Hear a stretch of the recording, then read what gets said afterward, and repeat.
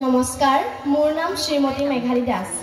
বৰহোলা হস্তদক বৰ্ষ গ্ৰন্থমেলাৰ উপলক্ষে অনুষ্ঠিত কৰা ভাওনা সংলাপ প্ৰতিযোগিতাত উপস্থিত থকা বিচাৰক মণ্ডলী তথা দূৰ দূৰণিৰ পৰা অহা বিশিষ্ট ব্যক্তিসকল আৰু এই সভাত উপস্থিত ৰাইজসকল সকলোলৈকে মোৰ ফালৰ পৰা আন্তৰিক শুভেচ্ছা জ্ঞাপন কৰিছোঁ।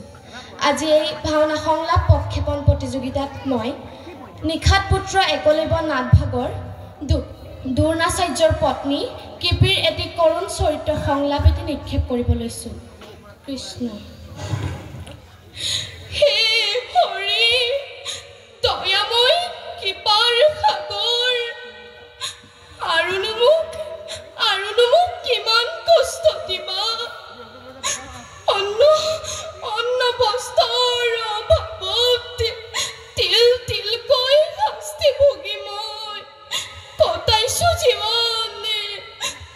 নহয় বিৰু মোৰ স্বামী দুৰ্ণাচাৰ্য মহাধনুধৰ জগত বিখ্যাত। তথাপিও আজি আমাৰ এনে অৱস্থা। আমাৰ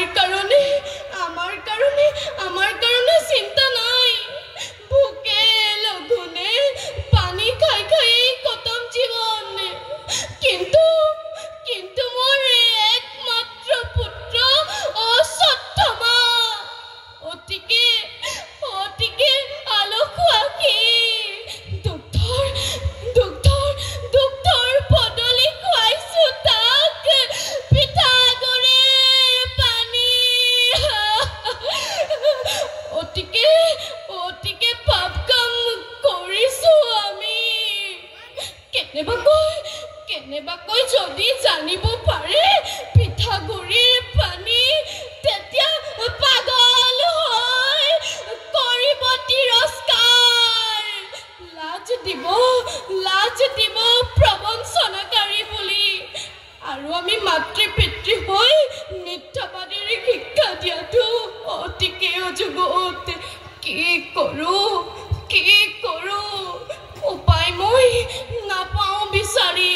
স্বামী মোৰ দ্ৰোণাচাৰ্য পাঞ্চাল ৰাজৰ সমীপে গৈছে সাহায্য বিচাৰি। বন্ধু বাবে নকৰিবনে সহায় আমাক? ধন্যবাদ।